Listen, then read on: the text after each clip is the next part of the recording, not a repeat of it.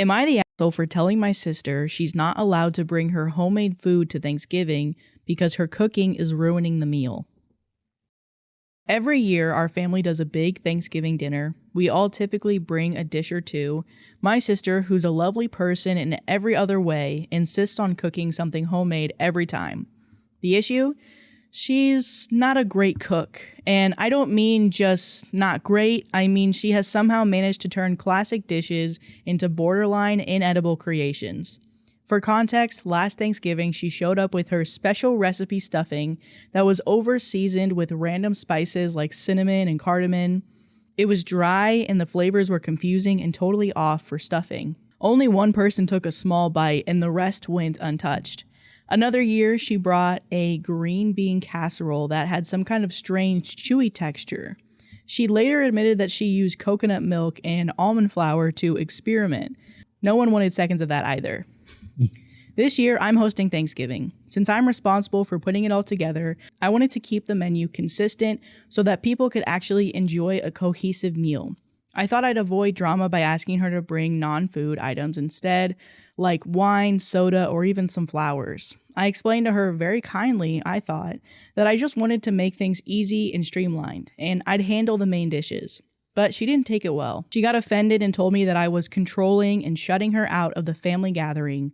She then accused me of making her feel inadequate and said that Thanksgiving is about everyone contributing, not me deciding what's acceptable. I told her that everyone appreciates her efforts, but that she could contribute in other ways and still be a part of it. She doubled down and said that she's bringing her famous green bean casserole whether I like it or not. That's a threat. That's a threat at this point. I don't think it's famous for the right reasons. Now my mom and a couple of other family members have chimed in saying that I should have just let her bring whatever she wants because it's Thanksgiving and it's the thought that counts. They're acting like I'm committing some huge offense by wanting the food to be enjoyable for everyone and not having random experimental dishes that no one will eat. But I feel like I'm just trying to keep the meal enjoyable and frankly edible. I don't think it's wrong to want guests to enjoy the food, especially since I'm putting a lot of effort in here to host. Am I being unreasonable here? Am I the asshole? And then there's updates. Ooh. Update. All right, well, things have escalated fast. Uh-oh. Oh my gosh. Thanks to everyone who's offered advice. I tried to compromise, but it's already turning into a whole thing, and Thanksgiving is still a few weeks away. After our last conversation, my sister was being pretty cagey about what she planned to make, so I reached out to my mom, hoping she could help smooth things over. Instead, she got defensive, saying I'm overthinking and that it's just one dish. I told her I wasn't sure if it was just one dish anymore, especially after hearing about my sister's grocery haul, including canned oysters and edible glitter. Biological warfare. Canned oysters is wild. That's demonic, actually. Then my mom let it slip that my sister has been hard at work on some creative menus. on some creative menus she's planning as her Thanksgiving surprise. Apparently, she's been telling the family group chat, which I wasn't included in, by the way, Ooh. that I'm being controlling and that she wants to expand everyone's palate with something truly unique.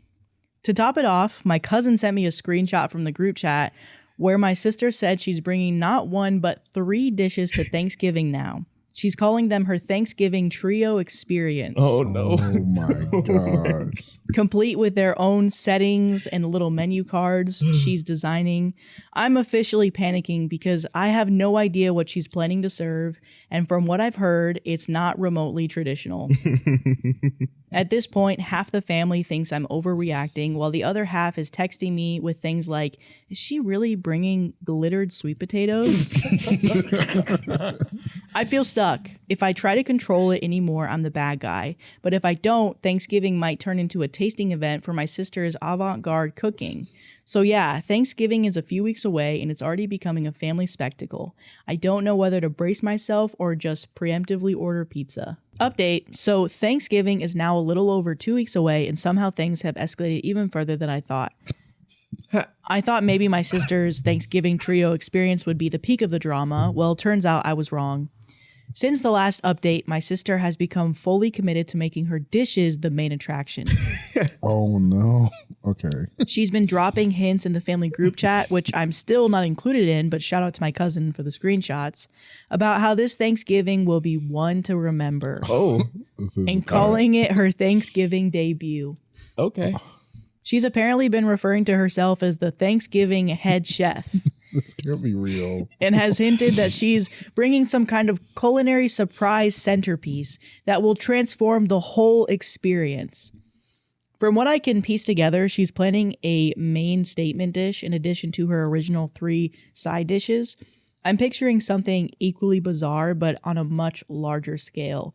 And honestly, I'm terrified. If her green bean casserole was already pushing it, I can't imagine what she thinks is worthy of being a centerpiece. Then, to make things even weirder, my mom texted me privately and suggested that I step back this year and let my sister shine since she's excited about her contributions. That's not the word you should use. That's crazy. My mom thinks if we just give her this moment, it'll make her happy and she'll get it out of her system. She even hinted that maybe I should focus on decorations and drinks instead of the main dishes, which feels like an attempt to turn hosting over to my sister without actually saying it. So now I'm left with a choice. Go along with my mom's plan and let my sister essentially hijack Thanksgiving, or keep pushing back and risk a family showdown. I just wanted a nice Thanksgiving with dishes everyone would enjoy, but it seems like I'm either about to hand over the whole meal to her or prepare for some serious drama. Thanksgiving isn't here yet, and it already feels like a circus. I'm half tempted to just sit back and see what chaos unfolds, but part of me is still worried about subjecting the whole family to whatever artistic statement she has planned. Maybe suggest that the entire dinner be at either your sister's house or your mother's house. That way you can go and just enjoy the chaos without having to clean up before or after, which is something to really think about. She like hires a team of people like coming in. They're like, they got ladders. Like, what do you bring into my house? Update, here we are the day before Thanksgiving and things have continued to spiral. How?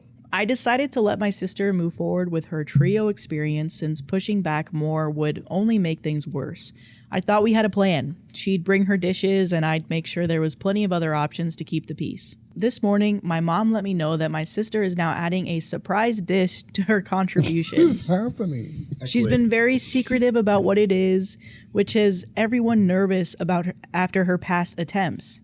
My mom thinks it's sweet that my sister is putting in so much effort, but a few other family members are not as optimistic. My cousin texted me privately asking if I had any backup food ready, and my dad casually mentioned bringing extra rolls, just in case. We're just smashing rolls. At this point, I've decided to stick with the plan and let her have her moment. I'll still have a few traditional dishes on hand so no one goes hungry. Good. Tomorrow will probably be chaotic, but it should at least make for a memorable holiday. Wish me luck. I'll update after Thanksgiving if anything noteworthy happens. Thanksgiving dinner is officially over, and I genuinely don't know where to start. Oh, God. I feel like I just lived through a fever dream of culinary chaos and family drama, and I need a moment to breathe before I even process everything. Yes. My cousin and I are heading out for drinks to dissect all of it because honestly, what just happened deserves its own Netflix special. Oh. I'll post photos later when I get home, but for now... There's photos? I didn't see photos, but I might go look on their page because I didn't see photos. But for now, let me give you the rundown. So my sister showed up earlier than expected, which I should have seen coming. She came in like a storm, carrying not just her 3 dishes, but also this giant platter wrapped in foil, which she was clearly trying to make a big deal about. She immediately starts rearranging the table, moving my dishes to the sides so hers could take center stage. She even brought her own table runner and candles, saying something about setting the mood for a creative dining experience. I decided not to fight her on it because at this point, I just wanted to get through with the night without a blow up. Her trio experience was, well, let's just say it was everything I feared and more. She started with a glittery sweet potato mash that somehow managed to taste like a mixture of sugar and sand. How do you mess? How do you mess that up? Sugar and sand. The glitter wasn't even edible glitter. Oh my no. god. Okay, that's actually No. crazy. No Maniacal. way. I just gave her the benefit of the doubt. It was craft glitter, which I didn't realize until one of the kids said, "This is crunchy." And I looked closer. Then there was this cranberry and oyster relish. No. Yes, oysters and cranberries. This is one. She probably called it a casserole too. Oh my That's god. crazy. Don't you dare. So awful. Casseroles don't deserve that, Brandon. It looked like someone had spilled jam into clam chowder. Oh. And the smell alone was enough to make me lose my appetite. Finally, she brought a pumpkin curry casserole that had raisins in it for some reason, and this weird fishy smell that clung to the air for way too long. You're lying. I'm not. You're not even reading. It's You're right I here. think not reading that. Maddie's doing a Mad Libs thing where she just says random things together. There's no way that no you think human about- in their right brain would put those together. But the piece de resistance was her surprise centerpiece dish, Let's see what's on this which one. turned out to be a turkey gelatin mold. No, like from the 50s? No way. Yes, she took ground turkey, mixed it up with some kind of broth and seasonings, and turned it into a wobbly, translucent mold shaped like a turkey. She even garnished it with parsley and cherry tomatoes to make it festive. I wish I were kidding. The entire table went silent when she unveiled it. That's not what you want.